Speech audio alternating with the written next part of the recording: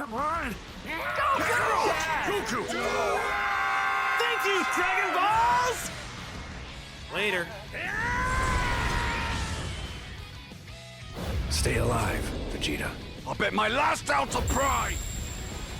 Alright fellas, welcome to the After Party. 8th anniversary is coming to a close. After Party begins. We already know what we're going to be seeing here. The meat and potatoes of all this is the new free-to-play Vados, as well as the platinum equip for Ultra Vegito Blue.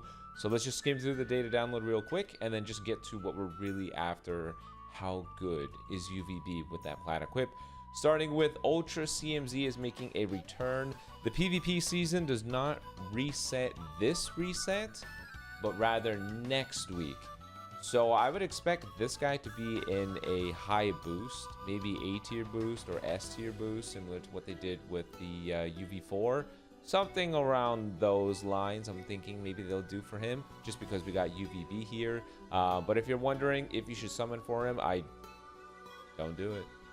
Don't do it. Don't summon for him just because he made a return. Just wait to see what the boost system will look like next week for him if you want to. Here is the infamous 72-hour guaranteed copy of Vegito Summon. People have pointed out that the banner says on step 4 you're guaranteed a copy of UVB, and the Ultra Super Vegito banner from last year, 7th anniversary After Party, said on step 3 you would get the guaranteed copy of Ultra Super Vegito. My guess is the banner format is essentially the same thing. There's just one more additional step, which translates to another potential opportunity to pull UVB, so you don't have to get just one copy at the end. It's just another opportunity. I would imagine the steps are all the same: 1,000, 1,000, 1,000, and a freebie. We'll see how it works out. At the end of the day, the whole thing is supposed to cost 7,000 CC anyways, so regardless of the steps, 7,000 CC is what it's going to cost to get a copy of him. Now, I do get asked, Rai, should I summon for UVB if I have him at only 5 stars, or if I have him at 10 stars? Is it worth pushing him to the 12 star? Just wait. The 8th anniversary Boo Bros, their banner is not going anywhere. I don't think any of the legend banners are going anywhere from any of the parts. I think you're better off just waiting. We only know what his 4th slot does. It's a lot of things, but the other slots matter as well, so just wait. Don't rush into summoning for him. Yes, it's a guaranteed copy of an Ultra, but again, 7,000 Chrono Crystals is a lot. Just wait.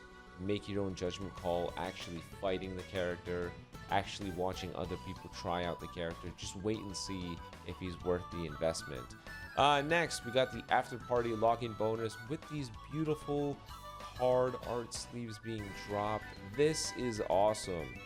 I love these sleeves. They rival the purchasable Blue Bro art sleeves. This is great. We got the free-to-play Vados. Maybe it's just me, but I really like what they did with her kit. Free-to-play characters typically aren't given much love. You know, here and there, they sometimes come out with a really great one, but most of the time they're kicked to the curb. When they come up with a unique, specific gimmick for a free-to-play character, those characters always age better.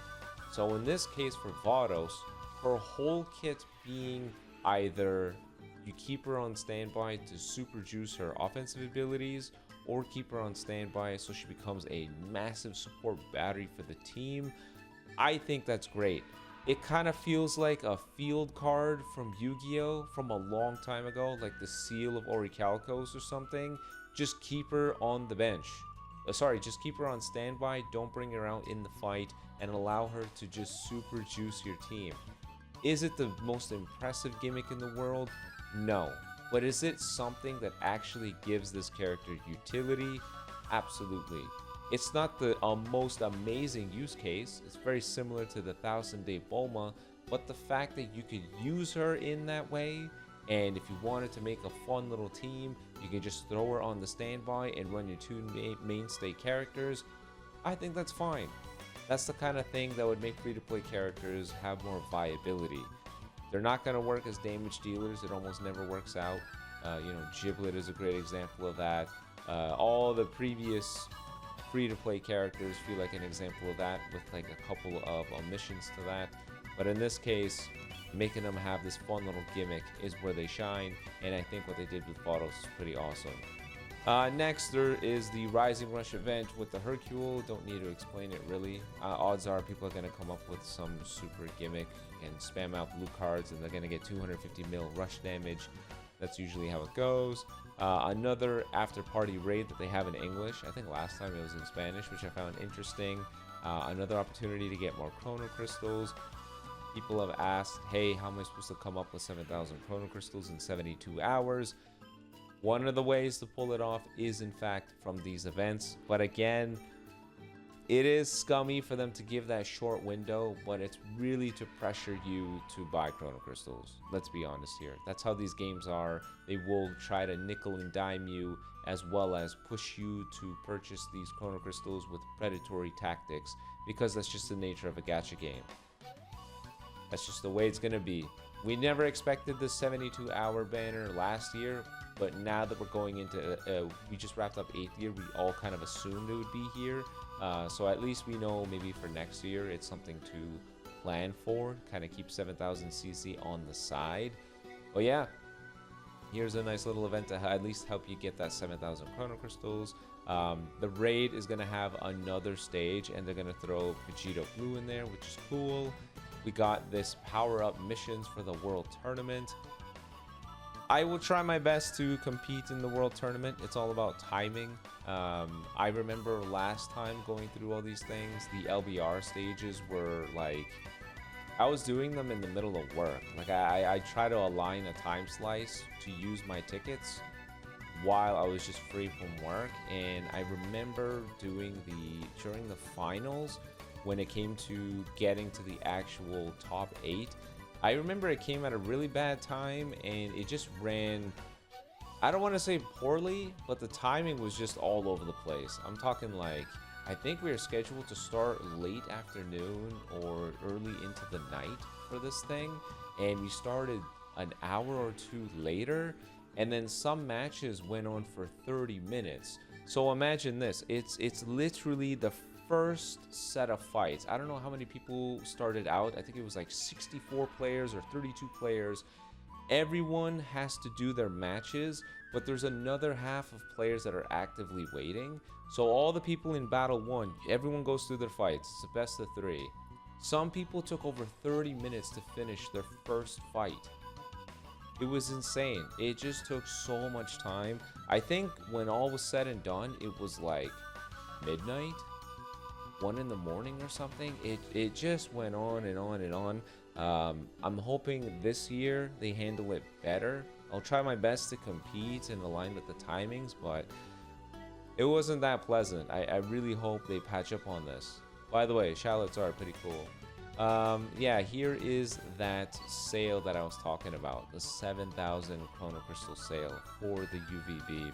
Again, predatory tactic to get you to buy the Chrono Crystals, but that's just how these gacha games work. The PLAT equip for UVB. When I first saw the slide talking about what kind of buffs this character is going to get, I missed the part where it said the plus 50% unique gauge charge rate. So canceling of normal conditions and attribute downgrades, stacking of damage, getting that temporary type neutral. I already thought, wow, that's fantastic. This is the kind of stuff that would bring this character into the modern meta. But when I saw the 50% unique gauge charge rate, I was like, holy crap. Damn, dude. You're telling me this guy is going to get his unique gauge on 3 cards every time? This is basically the Trunks and Gohan. No joke. This is basically Trunks and Gohan. Same level of just, I'm going to spew out tons of cards. A team with UVB and those guys would be a little bit scary. Very hyper offensive. And then yes, here is the additional cosmetics that you can buy for these characters. I'm curious what this voice line is going to be. But yeah, here it is. But now we shall jump in game to see what this equip really looks like. All right, here we go. Here we go. Here's the team. Someone yapping. Here's the team we're going to be using for the showcase. This is what they expect you to run. Let's be real here. Strike-oriented Red Fusion Warrior character. They want you to run them on Future. So this is the team. Equipment. Very, very, very curious how they handle slots 1 to 3. And I can also see another unique. Do you see that? There's a Vegito right there. Okay, let's see. Here we go. There's two ways this can go. Number one, this character ends up being such a monster in the meta that he immediately shoots into top 5, or he becomes one of those characters where, yes, in theory he can combo, but there's just so much disrupt and he's so susceptible to it that he can't really fill the unique gauge that often to pull off what he needs to pull off. Let's see what they do. Okay, 30% max HP, 60% to both offenses, 60% to both defenses, 220% damage inflicted with 250% damage guard. Whoa, I didn't think they'd give him 250. Hold on. Let me pan this out to the side. 250? Vegito, how much do you have? Yeah, you got 70% reduced damage received. He's going to be a tanky guy.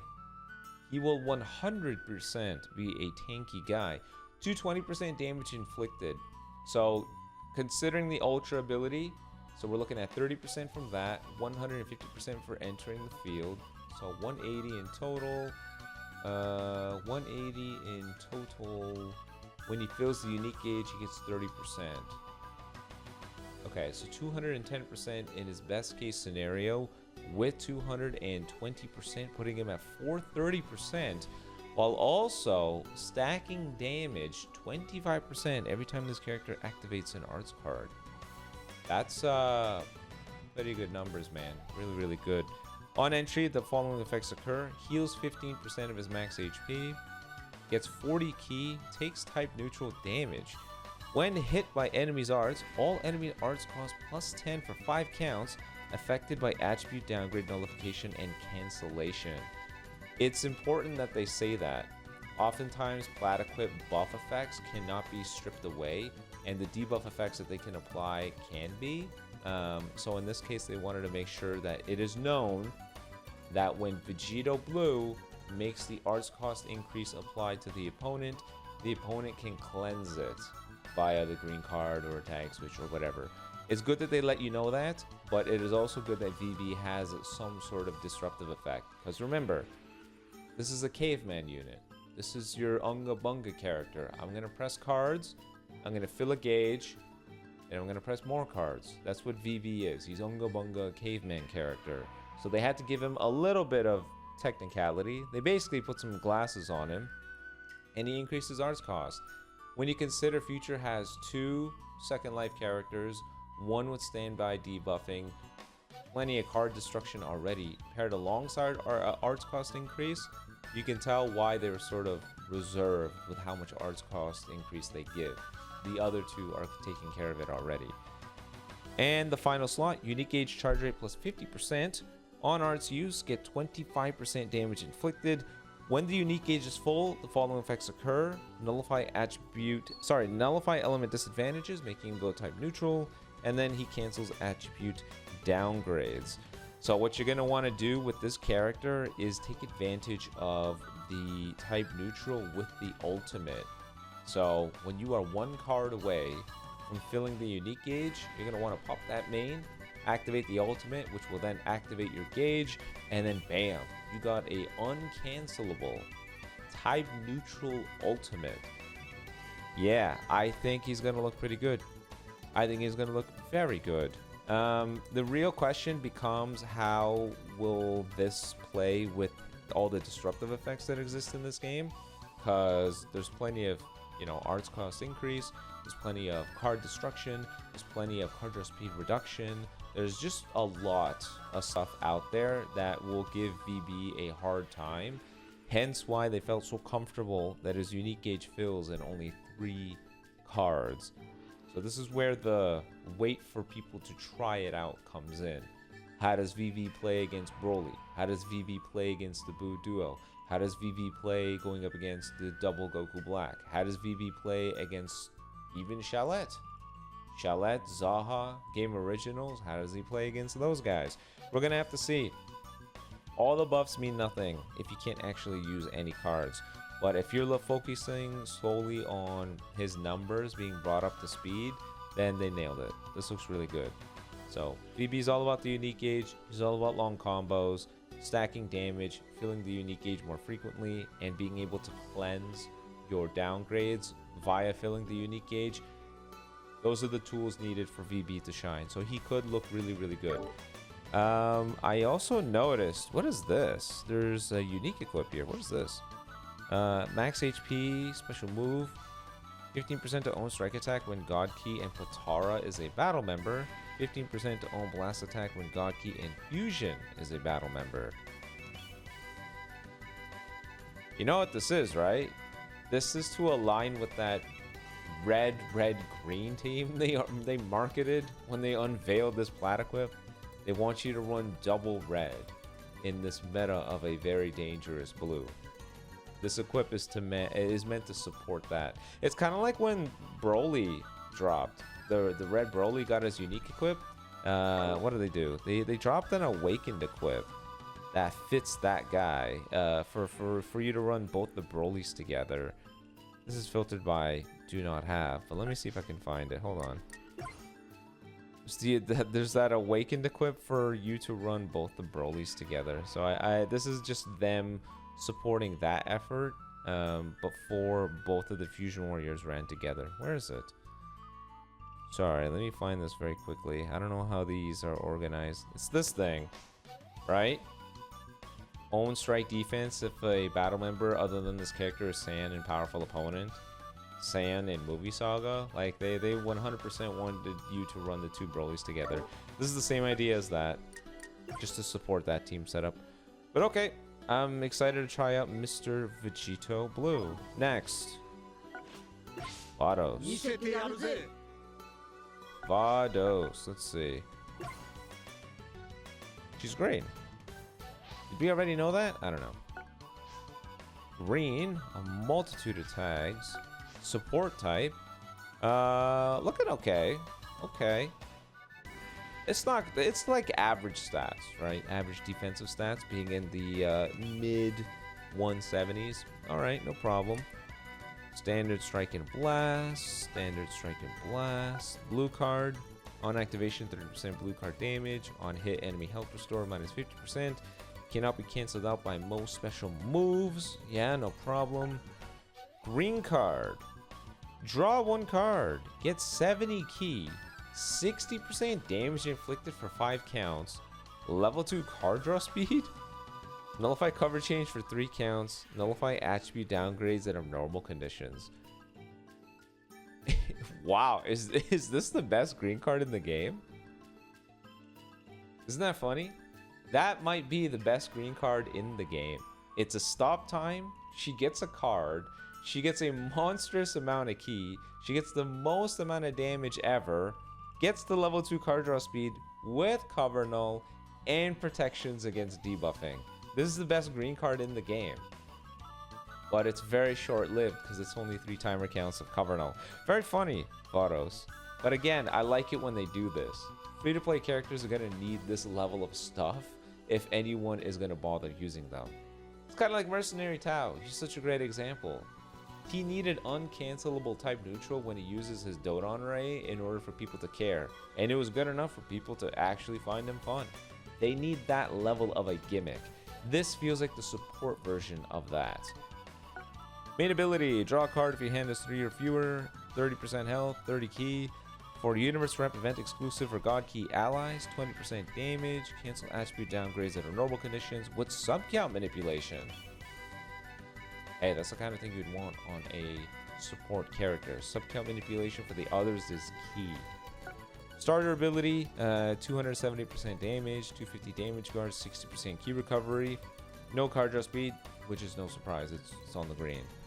On entry, get a card if your hand is 3 or fewer, get 30 key, destroy 1 enemy card.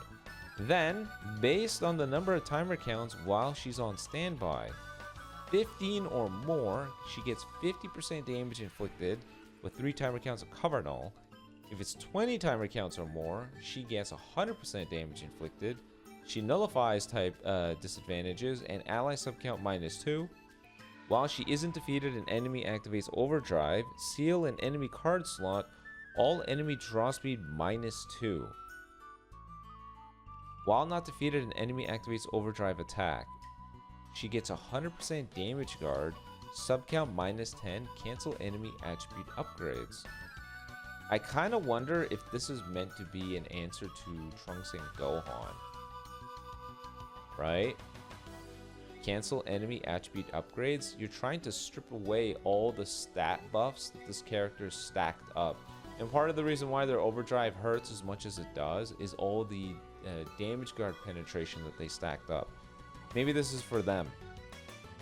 While on standby, based on the timer counts, 10 timer counts have elapsed, allies get 25% damage inflicted, 15 timer counts to get another 25% damage inflicted, and after 20 counts they get 15% max HP.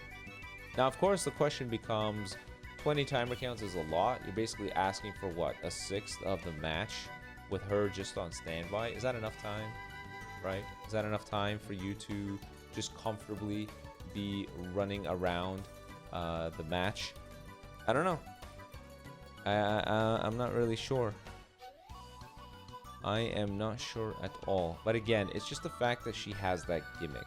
Just to have a bit of fun with this character, being able to find that use case is what's important. So that's gonna be great. I just like that she has some nifty little thing that you can run around with, right? Just something you can have fun with. That's a drop rate here. And then it is a double defense character. Okay. Otherwise, she is looking pretty straightforward. And I pretty much think that captures everything. Alright, you guys let me know in the comment section below what you think about the characters and the equip. Be on the lookout for the showcase as always. But until next time, guys. Peace.